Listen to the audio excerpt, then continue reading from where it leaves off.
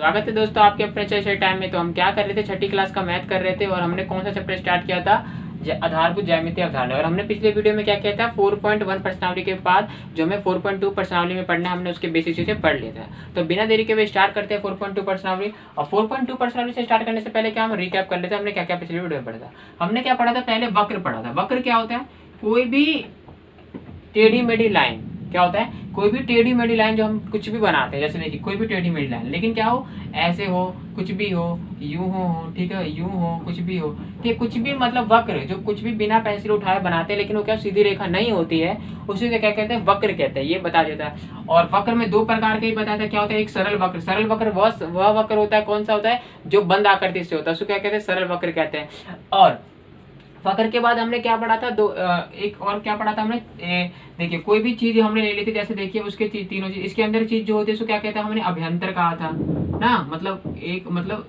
Location, location का नाम क्या होता है। और जो इसकी बाउंड्री पड़ती है उसको क्या कहते हैं, परिसीमा कहते हैं, परिसीमा कहा जाता है। और जो इसके बाहर आता है उसको क्या कह देते हैं, हम बहिर्भाग कहा जाता है ना।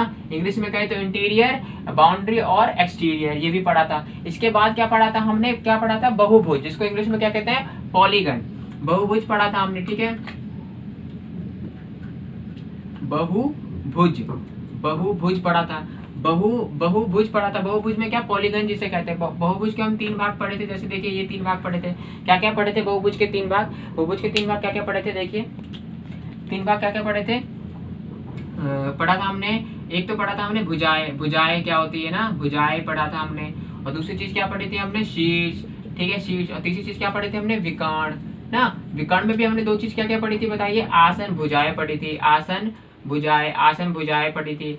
और आसन भुजाएं और क्या पढ़ी थी, आसन शीर्ष ही पढ़ी थी ना, आसन शीर्ष, आसन शीर्ष पढ़ा था। देखिए ठीक है, हम इसको थोड़े थोड़े पढ़ा था। और हमने कौन सा एक लिया था, पंचभुज लिया था हमने, क्या लिया था, पंचभुज लिया था हमने, ठीक है, पंचभुज लिया था, जिसका नाम क्या था, A B C D E, ठीक है। अब भुजाएं क्या होती है, ठीक है, बहुभुज क्या होती है, ऐसी बहुभुज क्या होता है, ऐसा कोई भी आकृति जो केवल किससे, रेखाखंड से बनी होती है। अब रेखाखंड क्या होता है, दो निश्चित बिंदुओं के बीच में जो लाइन होती है उसको क्या कहते हैं, रेखाखंड कहते हैं, ठीक है। और तो बहुभुज क्या होती है, ऐसी आकृति जो केवल किससे, रेखाखंड से बनी। तो देखो ये रेखाखंड से बनी हुई है, ठीक है। हाँ, अब अगली क्या है, भुजाएं। अब भुजाएं क्या होती है, वह आकृति, ठीक है, जैसे ये बहुभुज है ना, तो वह बहुभुज जो कि देखिए मतलब जिस रेखाखंड से बनी हुई है ना, उसी को क्या कहते हैं, उसी को क्या कहते हैं, भुजाएं कहते हैं, ठीक है। जिस वह जो आकृति केवल किससे, जो बहु रेखाखंड से बनी होती है ना, उसी को भुजाएं कहते हैं। तो इसमें देखिए क्या क्या हो जाएगा, भुजाएं ए बी ना, ए बी हो जाएगा, ए बी, बी सी, और क्या सी डी, और क्या डी ई, डी और क्या ये, हमने ये पढ़ा था। अब शीर्ष क्या होता है, दो रेखाखंड के बीच में जब दो रेखाखंड आपस में कहीं पे मिलते हैं उसको क्या कहते हैं, शीर्ष कहते हैं। जैसे देखिए ए बी और बी सी कहाँ पे मिल रहे हैं, बी पे मिल रहे हैं, तो मैं बी लिख सकता हूँ, शीर्ष है इसका। बी सी और सी डी कहाँ पे मिल रहे हैं, सी पे मिलते हैं, तो सी लिख सकता हूँ। सी डी और ई डी कहाँ मिलते हैं, डी पे मिलते हैं, तो डी लिख सकता हूँ।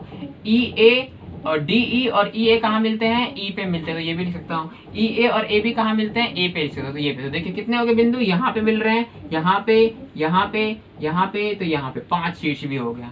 अब विकर्ण में आसन भुजाएं क्या होता है, कोई भी दो भुजाएं का जो अंत बिंदु हो ना, अंत बिंदु, कोई भी दो भुजाओं के जो अंत बिंदु, उभयनिष्ठ अंत बिंदु ना हो, अंत बिंदु, ठीक है, कोई भी दो भुजाओं के क्या हो, उभयनिष्ठ अंत बिंदु होता है ना, उसी को आसन भुजाएं कहते हैं, ठीक है। या अगर सिंपल वर्ड में कहूं तो क्या होता है, बगल वाला। आसन मतलब क्या होता है, बगल वाला। तो ए बी का क्या हो गया, डेल्टा एंगल क्या हो गया, ए बी का आसन कोण क्या हो गया, आसन कोण क्या हो गया, आसन कोण क्या हो गया, बी सी हो गया ना। और बीसी का क्या हो गया, बीसी का बताइए क्या हो गया, बीसी का सी डी हो गया, ठीक है। सी डी का क्या हो गया बताइए, सी डी का क्या हो जाएगा, यहाँ पे डी ई हो जाएगा, ठीक है। डी ई का क्या हो जाएगा यहाँ पे बताइए, डी ई का क्या हो जाएगा यहाँ पे, ई ए हो जाएगा, ठीक है। और ई ए का क्या हो जाएगा यहाँ पे बताइए, ए बी हो जाएगा, ठीक है।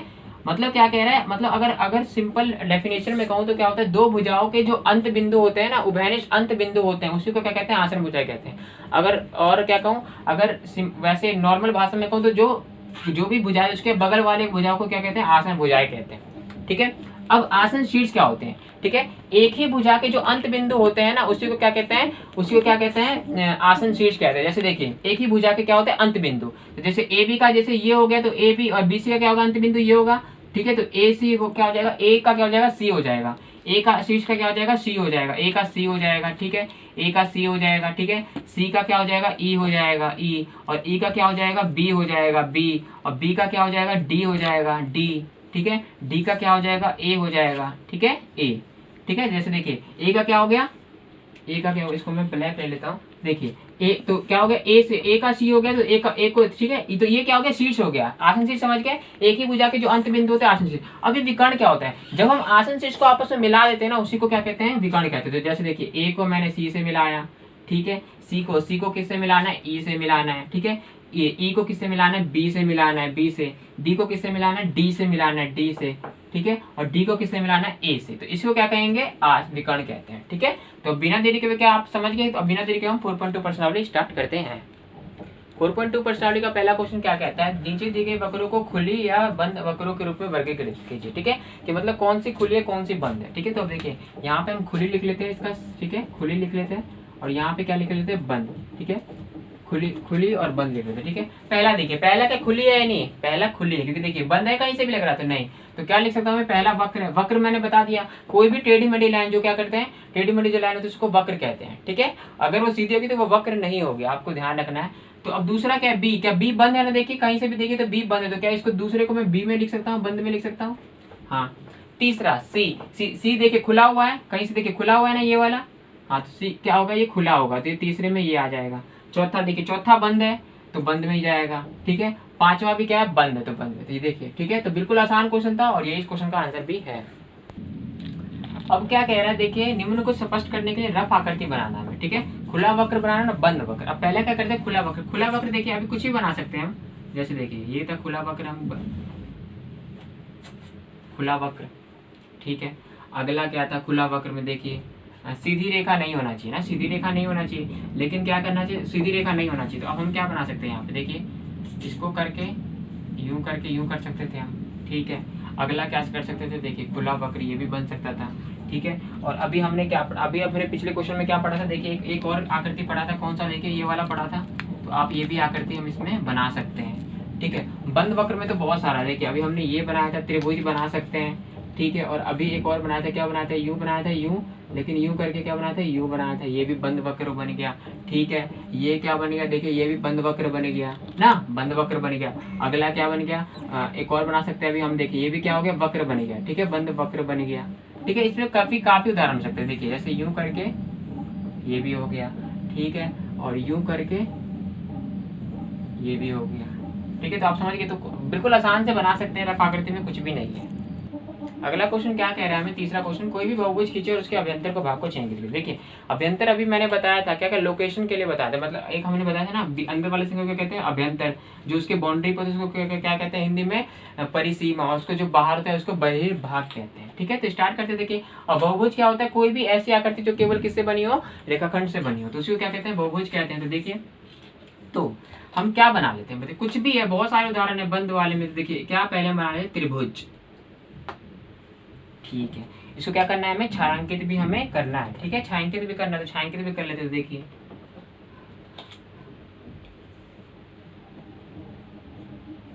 ठीक है, पहला ये बन गया, ठीक है। इसके बाद क्या बना सकते हैं, त्रिभुज, इसमें लिख भी देता हूँ, चलिए मत नहीं लिखता इसको, पहला, ठीक है। दूसरा मैं दूसरा ही बना लेता हूँ, दूसरा क्या बना बताइए, दूसरा पेंटागन। हमने जो बनाया था पंच बहुभुज बनाया था, पंच बहुभुज ही बनाया था। क्या ये बंदी आकृति तो है ना, इसको क्या करना है, छायांकित कर देना। तो छायांकित भी कर देते हैं, ठीक है। अब अगला क्या बनाते हैं, आयत बना लेते हैं ना। आयत क्या होता है, जो चार भुजाएं होती है जिसकी ना, आयत क्या होती है, चार भुजाएं होती है, एक लंबाई एक चौड़ाई होती है। तो इसको भी क्या कर लेते हैं, हम ये कर लेते हैं। तो क्या ये भी तो हो गया ना, बंद आकृति और केवल किससे बना, रेखाखंड से बना हुआ है। तो क्या ये भी तो हो ही गया, ये भी तो क्या बहुभुज है ही, ठीक है। इसी तरीके से मैं क्या बना सकता हूँ, देखिए आपके दिमाग में ही रहा होगा, क्या बना सकते हैं हम, वर्ग बना सकते हैं, जिसकी चारों भुजा क्या होती है, बराबर होती है ना। तो इसको क्या कर लेते हैं, अब कर लेते हैं हम इसको, देखिए इसको, ये देखिए यूं कर लेते हैं हम इसको, ठीक है। इसी तरीके से आप बहुत बना सकते हैं, पंचभुज बनाते हैं, षटभुज बनाते हैं, सप्तभुज बना सकते हैं, ठीक है। आपके मन में जो भी आए तो आपको वो बना सकते हैं। चौथा क्वेश्चन क्या दे रखा है, संलग्न आकृति को देखकर निम्न प्रश्नों के उत्तर दीजिए, ठीक है। हमें एक आकृति दे रखी है, उसको देख के हमें उत्तर देना है। पहला क्वेश्चन क्या कह रहा है, क्या ये वक्र है। देखिए वक्र में सबसे पहले जानने से पहले आपको क्या सोचना होगा, हमेशा ध्यान रखिएगा कि वक्र क्या होता है, कोई सा भी जो पेंसिल उठाए उसको टेढ़ी मेढ़ी जो लाइन हम खींच देते हैं उसी को क्या कहते हैं, वक्र कहते हैं, ठीक है। वक्र कहते हैं टेढ़ी मेढ़ी लाइन। और ठीक है, सीधी लाइन लेकिन वक्र नहीं होती है। लेकिन देखिए अगर मैं कहूँ तो क्या यहाँ पे क्या सीधी लाइन है, कोई सी सीधी लाइन है, देखिए यहाँ पे क्या हो रही है, टेढ़ी हो रही है, यहाँ पे देखिए, यहाँ पे टेढ़ी हो रही है, यहाँ पे टेढ़ी हो रही है। तो क्या इसको मैं कहूंगा कि क्या इसको मैं कह सकता हूँ कि सीधी लाइन है, सीधी लाइन से सिर्फ बनी हुई है? नहीं ना कह सकता। तो क्या, तो ये टेढ़ी मेढ़ी लाइन पे बनी थी, इसको क्या कह सकता हूँ? हाँ, यह एक वक्र है। ठीक है, और इसको देखिए दूसरा बिल्कुल आसान क्वेश्चन, क्या यह बंद है? देखिए बंद ही तो है चारों तरफ से, तो हाँ लिख सकते हैं क्या, हाँ यह बंद है। ठीक है, बिल्कुल आसान सा क्वेश्चन था, आपको इसमें कोई दिक्कत नहीं होना चाहिए था। पांचवा क्वेश्चन क्या कह रहा है, क्वेश्चन में देखिए, रफ आकृति बनाकर यदि संभव हो तो निम्न को स्पष्ट कीजिए। ठीक है, हमने क्या देखा, पांचवा का पहला, एक बंद वक्र जो बहुभुज नहीं हो। ठीक है, इसके बहुत सारे हो सकते हैं, जैसे देखिए बहुत सारे कैसे हो सकते हैं, जैसे देखिए क्या कह सकते हैं, देखिए हम लिख सकते हैं, ये देखिए ये गया यू गया, देखिए यू आ रहा है, ठीक है, लेकिन यू, ठीक है, एक बंद वक्र जो बहुभुज ना हो। ठीक है, बंद वक्र भी है देखिए, लेकिन क्या है, गोलाकार है। और रेखा, ये बहुभुज क्या होता है, जो केवल किससे बनी हो, रेखाखंड से बनी हो, उसी को बहुभुज का। तो क्या है, मैं कह सकता हूँ? नहीं। दूसरा, अब क्या कह रहा है, एक बंद वक्र जो बहुभुज नहीं हो। बंद वक्र कोई सा भी ले लीजिए वक्र, देखिए क्या ये बहुभुज है? नहीं है। अगला, अब इसके अलावा क्या होना चाहिए, देखिए एक और ले लेते हैं हम, जैसे देखिए ये है, ठीक है, तो पहले का कुछ भी उदाहरण ले सकते हैं जो बहुभुज नहीं है। बहुभुज केवल वही होता है जो केवल मतलब कुछ भी, मतलब एक हिस्सा भी अगर नहीं बनाया ना रेखाखंड से, तो वो क्या है, वो नहीं हो सकता बहुभुज। ठीक है, अब दूसरा देखते हैं, केवल रेखाखंडों से बनी हुई वक्र, केवल रेखाखंडों से बनी हुई वक्र, कुछ गलत है यहाँ पे, खुला वक्र होना चाहिए। अब यहाँ पे आएगा केवल रेखाखंडों से बनी हुई खुली वक्र आएगा। ठीक है, खुली वक्र, ध्यान रखिएगा, थोड़ा मिस्टेक हो गया था लिखने में, खुली वक्र। ठीक है, खुली वक्र केवल रेखाखंडों से, तो खुला वक्र से तो क्या हो गया, देखिए ये हो गया, ये हो गया। ठीक है, अब क्या हो गया, ये ले लेते हैं। ठीक है, काफी उदाहरण ले सकते हैं, मतलब कोई सा भी लिख सकते हैं। ठीक है, और यू भी लिख सकते हैं आप। ठीक है, कुछ भी लिख सकते हैं। अब क्या, दो भुजाओं वाला एक बहुभुज, देखिए दो बहुभुज क्या ये बनेगा? नहीं। क्या ये बन सकता है? नहीं। तो आपको हमेशा ध्यान रखना है, सी के लिए क्या, दो भुजाओं से कभी भी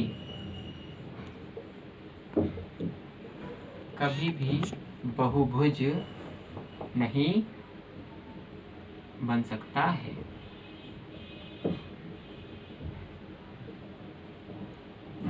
ठीक है, तो इसका ये आंसर है। तो इस तरीके से हमारा क्या 4.2 प्रश्नावली खत्म हो चुका है। तो मिलते हैं नेक्स्ट वीडियो में, तब तक के लिए नमस्कार।